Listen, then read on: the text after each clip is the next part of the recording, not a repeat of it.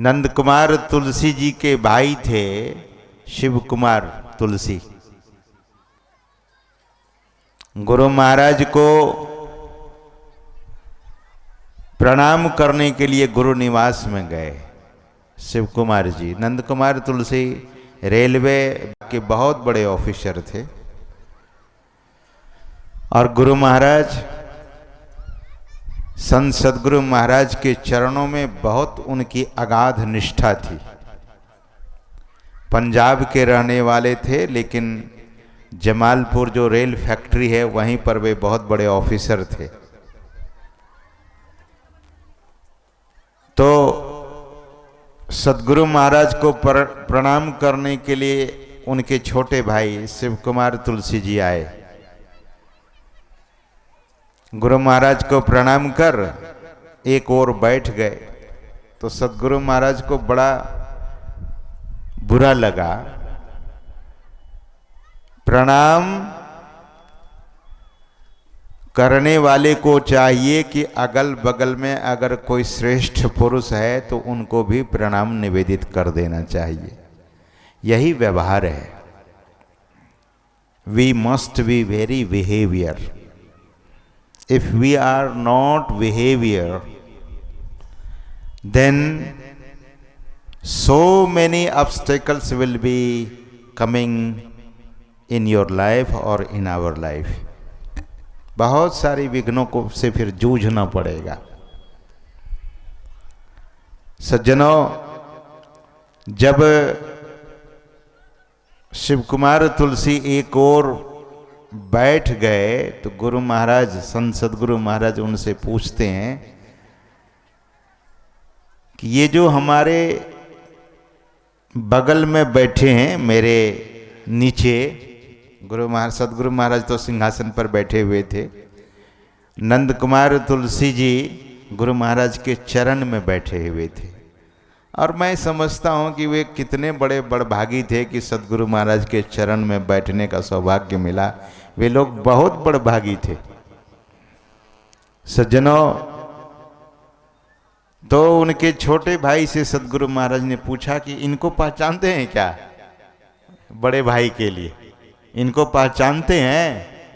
तो शिव कुमार तुलसी ने कहा कि हाँ, मैं पहचानता हूँ, ये मेरे बड़े भाई हैं। तो सदगुरु महाराज ने कहा कि तब आपको इन्हें भी प्रणाम करना चाहिए, ये व्यवहार कहता है। So we must be very behavior. Again and again I am requesting you. This is my request. प्रणाम करने से सज्जनों बहुत बहुत फल मिलता है। शास्त्र तो कहता है कि चत्वारे वर्धते, 4 चीज बढ़ती है। तो गुरु महाराज ने उनको कहा कि प्रणाम कीजिए, बड़े भाई हैं तो प्रणाम कीजिए, लेकिन वो सज्जन प्रणाम नहीं किए। आश्चर्य हो गया। वहाँ सदगुरु महाराज के और शिष्य भी खड़े थे हाथ जोड़कर, और सदगुरु महाराज ने आदेश किया कि आपके बड़े भाई हैं तो इसे प्रणाम कीजिए, लेकिन उन्होंने प्रणाम नहीं किया। सज्जनों, लोगों का अहंकार झुकने नहीं देता है, और जब अहंकार आता है तब ऐसे लोगों के पास कुछ नहीं बचता है।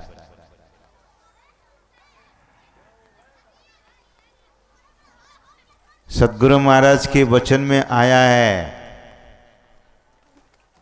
क्या? वे कहते हैं, मंडल शब्द केर छुटी जाई, अधुन अशब्द में जाई समाई, अधुन अशब्द सर्वेश्वर कहिए, शब्दातीत याही को लहिए, असगति होय सो संत कहावे, जीवन मुक्त सो जग ही चेतावे। जगत को चेताते हैं ये जीवन मुक्त पुरुष। जीवन मुक्त सो जग ही चेतावे, संत मत आकर भेद रे भाई, गाय गाय दीन्हा समझाई, जो जाने सो करे अभ्यासा, सत चित करी करे जग में वासा।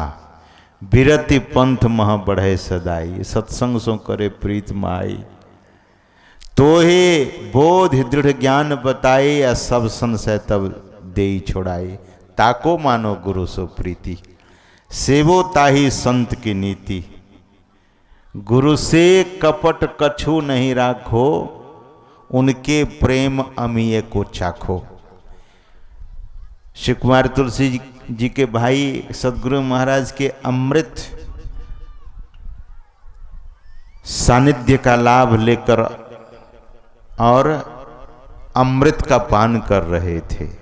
श्री कुमार जी के इस व्यवहार को देखकर नंद कुमार तुलसी बहुत आहत हुए, बहुत दुखी हो गए।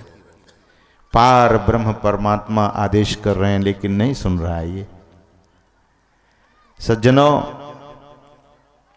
उनके प्रेम अमीय को चाखो। ध्यान से सुनिए।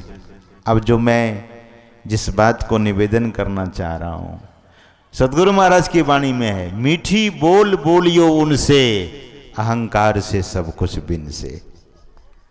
अहंकार से सब कुछ का विनाश हो जाता है। रावण का अहंकार कहां गया? सोने की लंका बनी, भई धूर की धानी रे। असोई रावण की साहिबी, छिन्न माही बिलानी रे। अहंकार के कारण 16 योजन के मध्य में चले छत्र की छाई रे।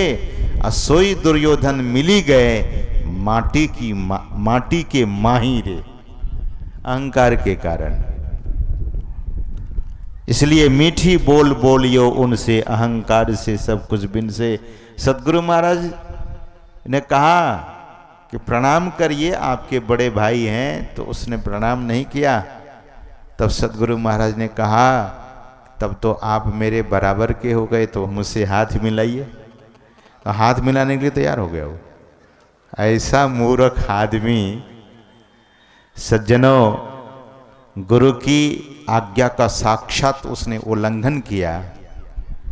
और बहुत तो नहीं कहूँगा, लेकिन उनका जीवन बहुत दुखदाई हो गया, बहुत दुखदाई हो गया।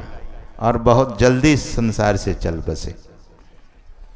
सज्जनों, रावण ने किसी संत की बात नहीं मानी, और दुर्योधन भी किसी संत का सम्मान नहीं किया। महात्मा विदुर उनके घर में ही थे, लेकिन महात्मा विदुर की हर बातों को काट कर देता था, हर बात को उल्लंघन करता था, नहीं मानता था महात्मा विदुर की बात को।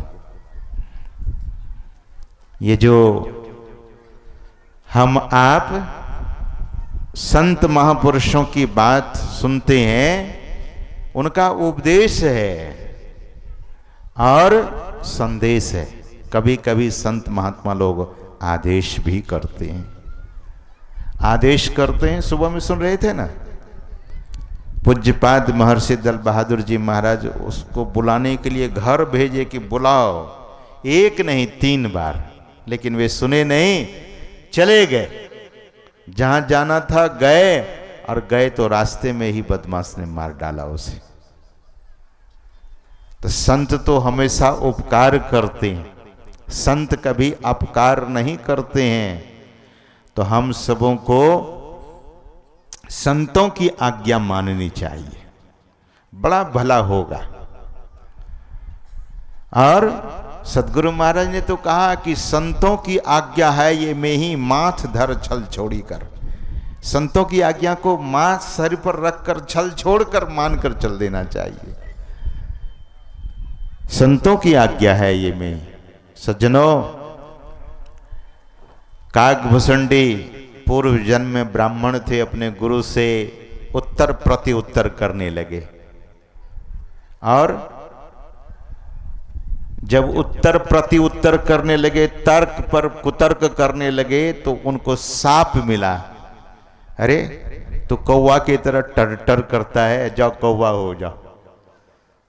मानस में गोस्वामी जी ने लिखा है, अति संघर्षण करे जो कोई, अनल प्रगट चंदन ते होई। संत को गुस्सा नहीं आता है, लेकिन ऐसा शाप उन्हें दिया। बाद में बहुत गिड़गिड़ाया तो बोले तुम्हारी भक्ति नष्ट नहीं होगी। काकभूषुंडी अपने से ही कथा सुनाते हैं। एक बार हर मंदिर महा जपत रहे शिव नाम, गुरु आए अभिमान ते उठ नहीं कीन्ह प्रणाम।